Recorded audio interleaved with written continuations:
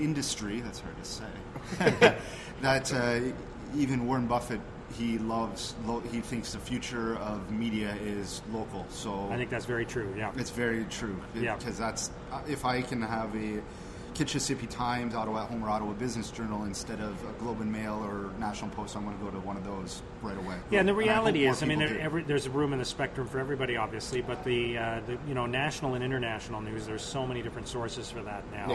Yeah. But the reality is that you live in a neighborhood, you live in a community, you're part of a particular industry. These are this is how your life is structured. I live in Ottawa, but I'm not spending a lot of time in Orleans or Ottawa South because I don't happen to live there. The people who live in Orleans don't come to my neighborhood that often. Mm-hmm. So you live in a community that's smaller than the whole city, and you belong to different things. You divide your life up according to different interests. You might be an entrepreneur, you might be a public servant, whatever. And so, the products that cater to those segments of the marketplace, I think, are going to continue to be successful in the future. Absolutely. Yeah, for sure. You can't get away from that, because there's always going to be news in your community, and we need to bring that out. Yeah. Also, you're the co-chair of this year's United Way campaign. I know that's very dear to your heart. And we do have Michael Allen will be on our show next week. He's our guest. Okay, so he's the guy in between me and the 100th episode. Is that right? Yeah, that's right. Yeah. So Michael is number 99. He's Gretzky. Yeah, he's the Gretzky in this. He's the Gretzky of Lunch Out Loud, Ottawa. Yeah. I don't know. Is there anybody who's ever worn number 98 in anything? I can't think of anybody. I can't off the top of my head either. That's like an offensive lineman. Yeah, exactly. Offensive lineman. Yeah. That you never know the offensive lineman. Don't say that. Yeah. So Michael is 99, and then Mark Monahan's 100. That's right. Yeah. Okay. Good to know. The heavy hitters of Ottawa here. Yeah. So how are we doing in this year's campaign, and what more can we be doing? What should people know more of? Well, I think we're doing okay so far. It's as you know, it's a tough climate out there, and there's lots of the way that people think and donate these days has been transformed in so many ways. So even something like the fact that when something happens in the news and there's an immediate fundraising appeal that goes out, for example, the way people rose to the occasion and raised money for Nathan Cirillo's family after he was shot to death in October. These kinds of instant fundraising campaigns, they're all around us. Some of them are for things here in Ottawa. Some of them, there are people in Ottawa donating to a cause halfway around the world, just on the spur of the moment because they've been inspired by something that they've read or seen. And so the philanthropic world has changed dramatically.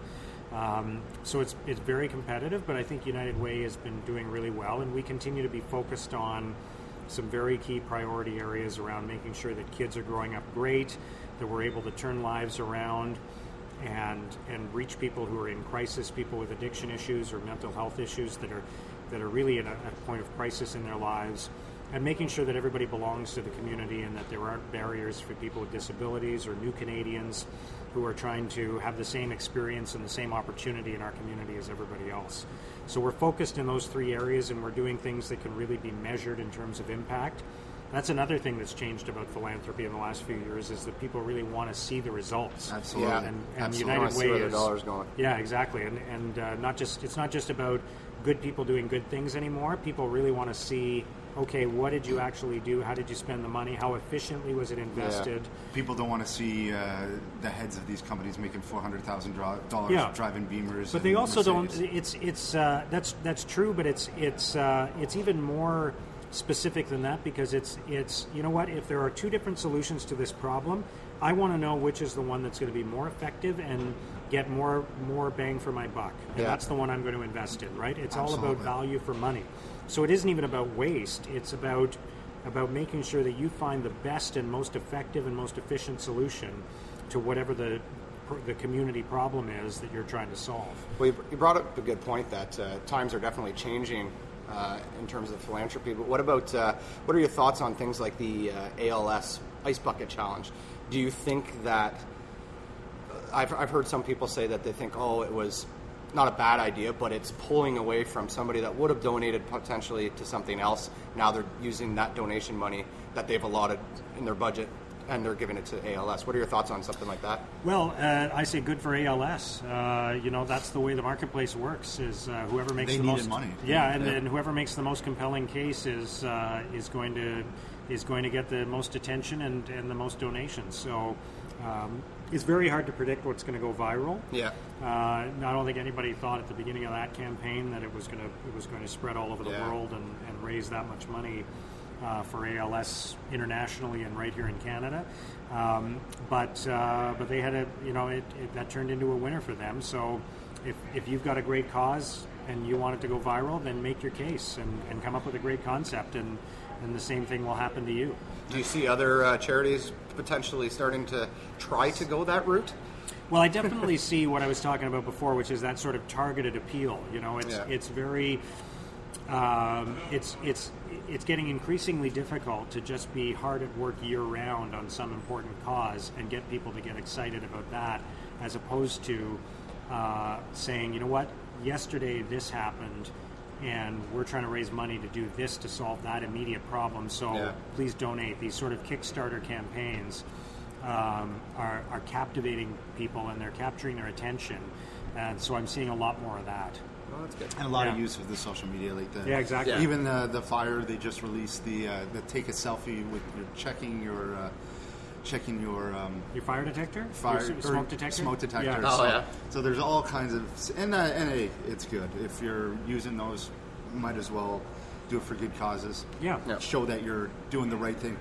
Before we finish up, because we just blew by, you just got back from your third New York City marathon. Yeah. Which, congratulations. Thank you. Yeah, good job. Great write-up. Your book, I Run, if you haven't read it, it is an inspirational book. I made it through 75% before it was stolen, but I hope whoever took it is reading. Stolen. That's how hot that book is. Yeah, exactly. They're running with stealing. it. They're running with it. Stealing my book. You ran with you. Malcolm Gladwell. I heard him talk in Montreal last week. That was it was very good. I got my picture and book signing with him. That was great. Cool. My main thing about New York City Marathon, you had to wait 3 hours in the corral. Yeah, that's the way it works. That's unbelievable. Yeah, for longer than the race. Yeah, well, not in my case. I wonder, actually, I probably spent almost as much time lining up as I did running. But yeah, the race starts on Staten Island, and you run right across the Verrazano Narrows Bridge right at the beginning of the race. And so they got to get everybody there. They got to get them through security. They've got to get everybody organized and lined up. It's 51,000 runners. Wow. And then they've got to clear the bridge and make sure it's safe and secure. Yeah. So you basically have to be at the start line at about 6 o'clock, 6:30 in the morning, because they close the bridge. And then the race starts in waves. So the first wave, I was lucky enough to be in the first wave. That was at 9:40. And then there's another wave at 10:20, and another one at 11 o'clock, and another one at 11:40. So some people were there for 5 hours before the race started. And it was a cold and windy day, so that's one of the. Along with Chip Bordelot, his wife was in it. Yes, that's right. Yeah, that's one of the challenges of that event is waiting it out at the start. Is there tighter security now ever since the Boston Marathon incident, obviously? Yeah, there was always tight security in New York, but it was pretty clear. I noticed a difference this time around. We went through metal detectors, which I don't think I had done the other two times. There were police everywhere. Apparently there were 12,000 police officers deployed along the course, which when you consider that that's probably 10 times the number of police officers there are in Ottawa. Yeah. And in New York, there were 12,000 deployed that day just for the marathon, let alone elsewhere in New York City. That is a massive undertaking there. Now, what percentage are you talking to yourself versus talking to other people while you're in a corral for 3.5 hours?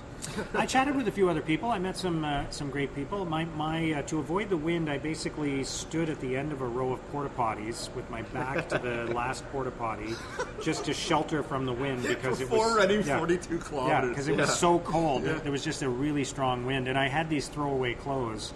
You bring like an old sweatshirt and a pair of old sweatpants, and then you just toss them at the start, and they give the clothes to the homeless. Oh, wow. And, but even that wasn't enough. So I was sheltered there, and a few other guys came over, and we chatted. And before that, I had a friend who was in a different corral who I hung around with. We went to the start together, and so, but yeah, I mean, you talk to others. It's an incredibly international event. Yes. Yeah. You hear all kinds of other languages being spoken there. Over 200 countries, more than the Olympics, and more athletes than the Olympics at the University. So. Yeah.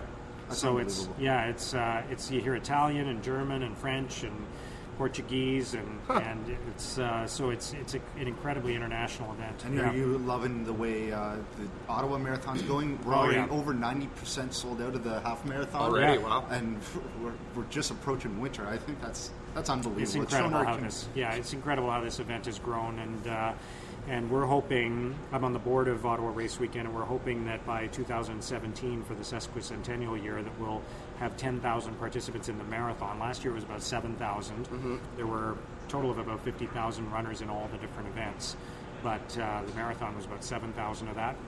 We're hoping by 2017 it'll be 10,000, which would be the biggest marathon ever in Canada. I think, wow. Yeah. I think We can we'll be do able it. to do that. Yeah.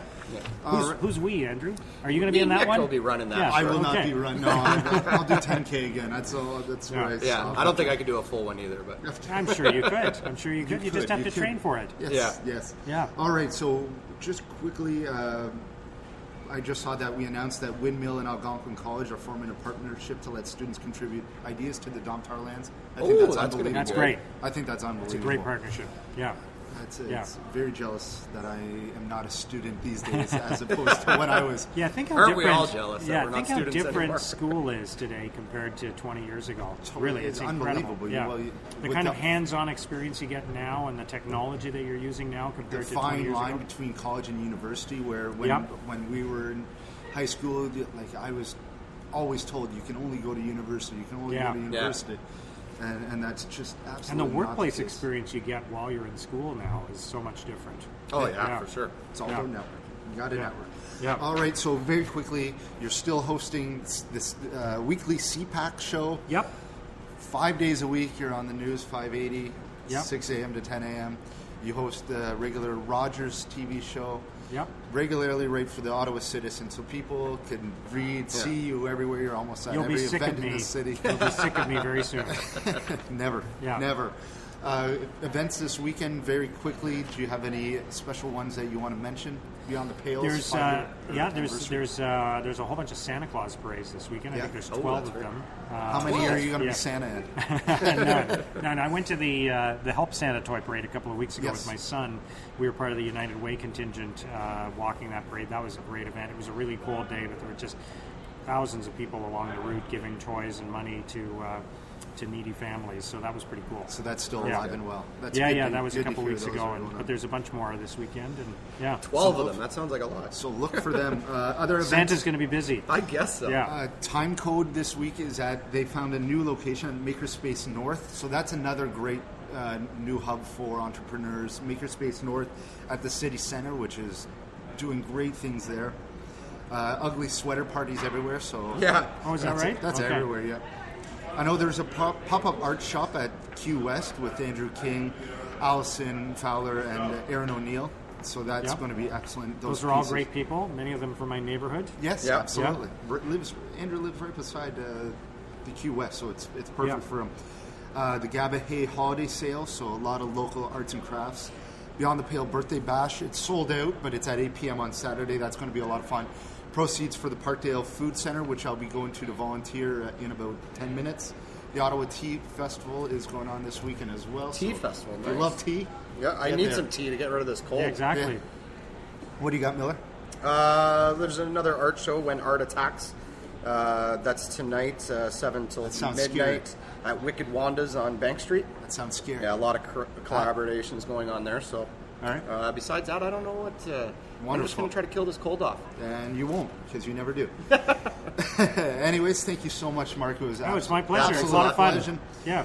And next week, Michael Allen. So before Great. Say hi to Mike for me. I Will definitely I'll do. actually see him this afternoon. So Perfect. We got one more song. Prop him up. Yeah, I will. So we have one last song. It's called Battle of Batoche, or Batoche. I don't know the pronunciation. And Matt Dorgan Project. Check them out. Have a great week, everyone. Thank Take you so care. much. Thank you. And then